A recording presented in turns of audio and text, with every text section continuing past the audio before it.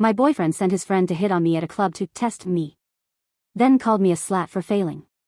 I'm gonna just say this up front. This is one of the weirdest, most messed up things that's ever happened to me in a relationship, and I still don't know how to process all of it. I'm 21F and my boyfriend, well, now ex I guess, was also 21M.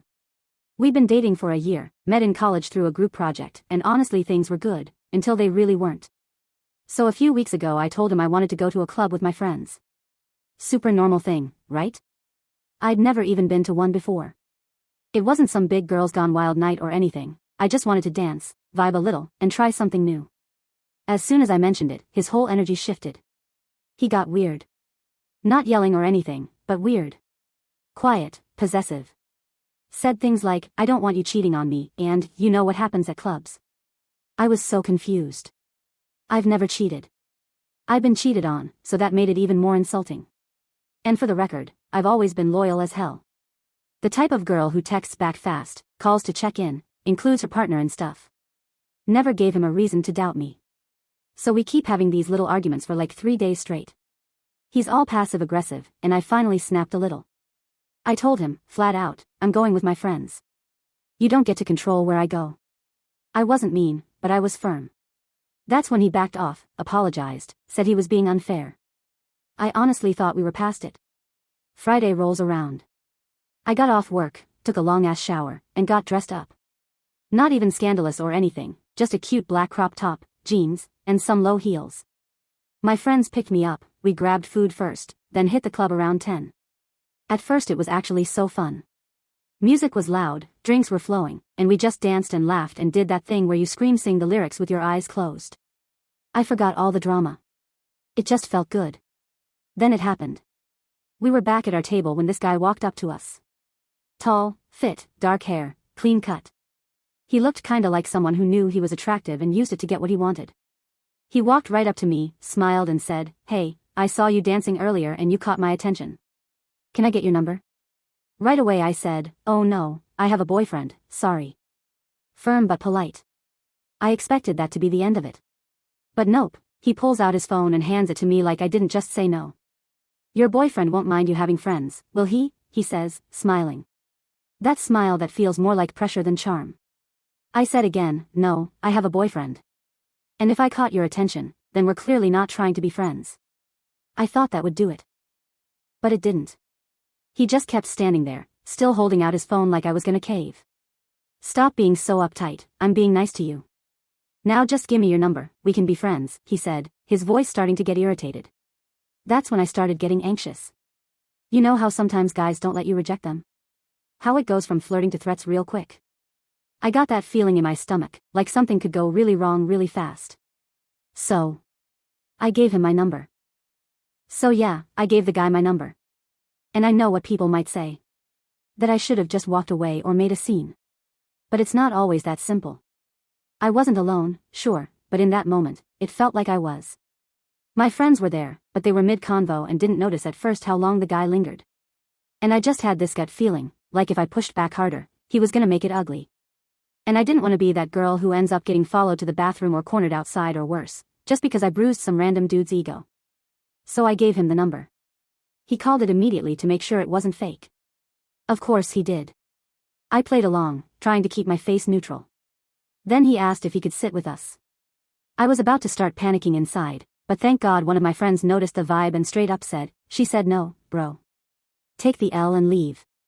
Then all of them joined in like a choir of hell no's until he finally backed off. Dude didn't even act embarrassed. Just scoffed and walked away like we were the problem. Anyway, after that, the night actually got better. We danced more, took some selfies, and ordered greasy food at 1:30 a.m. like any respectable group of girls out on a Friday. I got dropped off at home, thanked my friends, hugged everyone goodbye, and was ready to just shower and knock out. But the second I stepped into the house, the vibe shifted. My boyfriend was sitting on the couch, arms crossed, staring at me like I was a teenager sneaking in after curfew. No, hey, how was it? No, did you have fun? Just this angry, silent judgment radiating off him. Then he said it. I knew you were a slat. Just like that.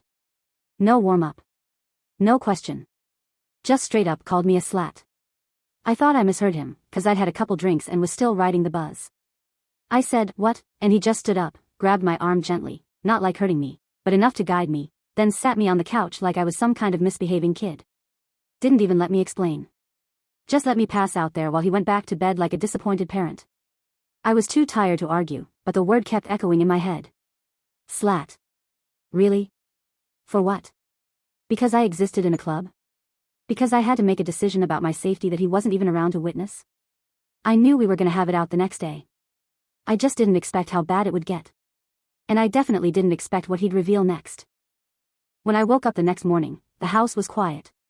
Not the peaceful kind of quiet either, the tense kind. The kind where you know someone's mad, and they're just waiting for the perfect moment to throw it all in your face. He didn't come out of the bedroom that whole day. No good morning, no texts, no check-ins. I didn't even try to approach him, honestly. I was still trying to wrap my head around what happened the night before. The slat comment. The look on his face. Like he'd already decided who I was in his head, and nothing I said could change it.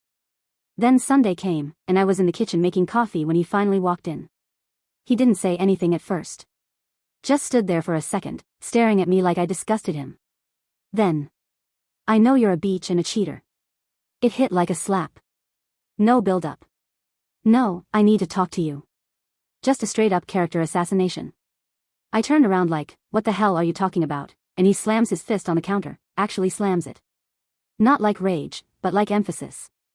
Like this is the moment he'd been waiting for. You cheated on me. You gave a guy your number. I saw it happen. At first, I thought maybe the guy posted something. Or a mutual friend saw me. But then it hit me. I never told him about that. None of my friends had his number. I never mentioned it when I got home. Hell, I didn't even text him that night. So I asked him, how did you know? And that's when it all unraveled. He crossed his arms, tilted his head, and gave me the smuggest look I've ever seen in my life. I had my friend go to the club. He said you gave him your number right away and tried to kiss him. That's all I needed to know. Silence. I just stood there blinking, trying to make sense of what I was hearing. You sent someone to hit on me? Yup. And you failed. You fell for the trap. Like it was nothing. Like our relationship was some kind of high school prank and I just lost the game. He genuinely thought he did something smart. Like he was the main character in some Netflix show and just pulled off the ultimate loyalty test. And I was just shocked. You think that was okay? I asked. He shrugged. I had to know if you were a slat or not. Guess now I know. My hands were shaking, not from fear, but rage. Pure rage. His friend lied about me. Straight up made up a story.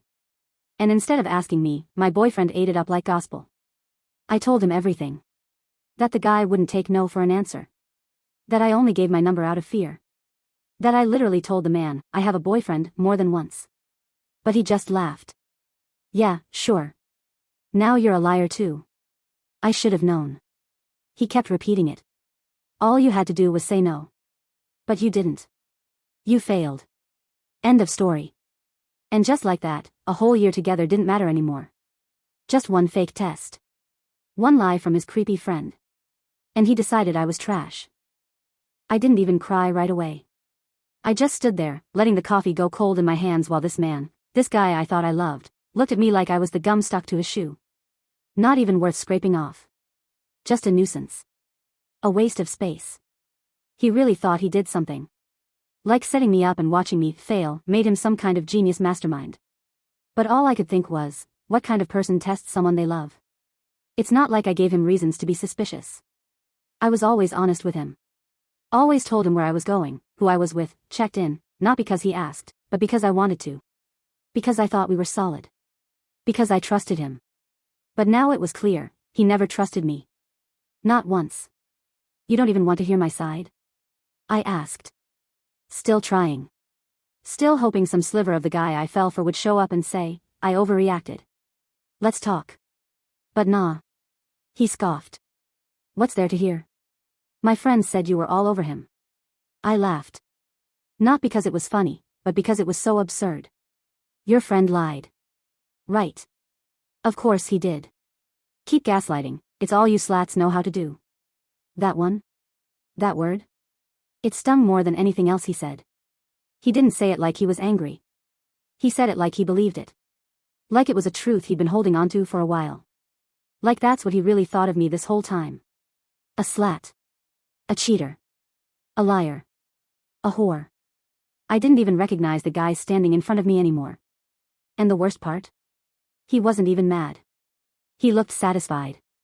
Like he'd been waiting for this, like he'd wanted me to fail. Like it made him feel good to finally have a reason to tear me down. I asked him, why even date me if you thought I'd do that to you? He didn't even blink. Because I wanted to be wrong. But you proved me right. There it was. He never loved me. He just needed me to disprove his fears. And when I didn't pass his little made-up test, it confirmed what he already believed. It was never about love. It was never about me. It was about control. And the moment I stepped out of it, went to that club, chose to live for myself, that's when he decided I was the villain in his story. He didn't need evidence. Just a scenario and a backup liar willing to play along. And you know what's wild? I still felt bad. Still wondered, did I do something wrong? That's how deep it gets, when someone you love gaslights the hell out of you. But nah. I was done playing his game. I didn't sleep that night. I laid on the couch, wide awake, running the whole night through my head again and again like a movie reel. The club. The creepy guy. Giving my number just to get him off my back. My friends stepping in. Me going home thinking everything was fine. And then that. Him. Sitting on the couch like a disappointed dad waiting to ground me. Calling me a slut, a liar, a cheater. Shaming me for a situation he created. I should have left right then and there. But I didn't. I stayed. I tried to talk, reason, explain, because some dumb, broken piece of me still thought I could fix it. Spoiler alert, you can't fix someone who's convinced breaking you is the only way to feel in control. The next morning, he acted like nothing happened. He made toast. Offered me coffee. Like he hadn't called me the worst things in the world just hours ago. Like everything was fine. Just a lil lover spat. I didn't play along. I asked again, calm as I could. Why did you do that?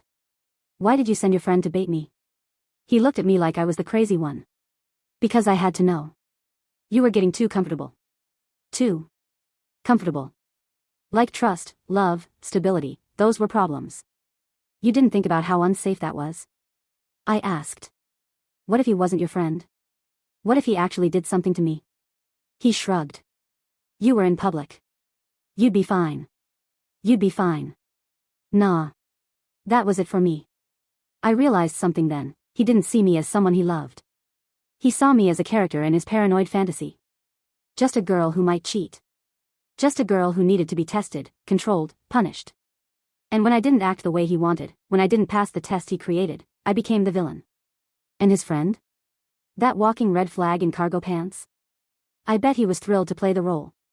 Probably got off on pretending to flirt, lying to his friend, trashing me without a second thought. Two clowns. One messed up circus. So I stood up. Packed my things. Told him, you don't get to gaslight me into guilt for something you orchestrated.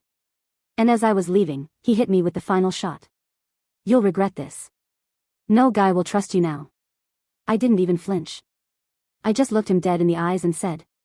Good. I don't want another guy who trusts me like you do. I walked out of that apartment like I was shedding a second skin. No more apologizing for things I didn't do. No more explaining basic human decency to someone who thinks loyalty means being a prisoner in a relationship. No more tiptoeing around a guy who sees every ounce of independence as a threat. And you know what really hit me after a couple days? I wasn't even mad anymore. I was embarrassed. Embarrassed that I spent a whole year loving a guy who thought it was okay to call me a slut and a liar, all because I went to a club with my friends. And God forbid a guy hit on me and I didn't scream and throw a drink in his face immediately. Apparently that's cheating now. He made a big show about how I failed the test. But let's flip that. Let's talk about how he failed. He failed to trust me. He failed to protect me. Instead, he created a situation that could have gotten me seriously hurt. He failed to communicate like an adult. He chose manipulation, entrapment, and lies over a single honest conversation. And worst of all, he failed to see me as a person. I wasn't his girlfriend to him. I was just a character in his paranoia-fueled soap opera. But here's the twist. He wanted to catch me doing something shady. He wanted to confirm that I was just like all the others. So he created a scenario where my only options were A. Put myself in danger by refusing some random persistent guy, or B. Protect myself and be labeled a cheater. He thinks he won. But the truth? I won. I won by walking away. I won by not playing his game anymore. I won by choosing myself, even if it took a whole year of being gaslit and emotionally wrecked to get there. And now? I'm done blaming myself. I'm done feeling like I owe him an apology when he was the one who never respected me to begin with. So no, Reddit. I don't think I'm the AH. I think I was in love with the wrong guy. And maybe I did fail his test. But I passed mine. And that's the only one that matters. It's been a few weeks since everything went down. And I've had a lot of time to think. At first, I kept asking myself questions like, could I have handled it better? Or, was giving that guy my number really that bad? But then I remembered, I didn't cheat. I didn't flirt. I didn't do anything wrong. I did what so many girls are forced to do in uncomfortable, even scary situations. We pick safety over confrontation. And for that? I got called a slut. A liar. A cheat. And let's talk about that friend of his for a second. Imagine being so down bad that you're willing to pretend to hit on your friend's girlfriend just to catch her slipping. Then lie about what she did after she rejects you. All so your buddy can feel justified for being a controlling weirdo. Like, sir. What's it like being a full-grown adult and still acting like a high school minion? You didn't expose me. You exposed him. You exposed how little he trusts the people he's dating. You exposed how far he'll go to control them. And most of all, you exposed how much of a coward he is. Because if he was really worried about me cheating, he could have just said, hey, I feel insecure. Can we talk about boundaries? But no. He built a trap. And when I didn't fall for it the way he expected, he rewrote the story.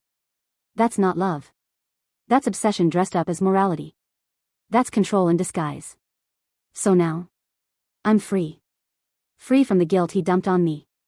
Free from the fear of being watched or tested or punished for existing.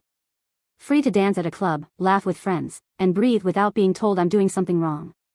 And let's be real, if I'm getting tested, I'd rather it be in college, not by some insecure dude playing FBI with his low-rent spy friend. So, to answer the question, AITA? No. But maybe he is. And his little wingman too.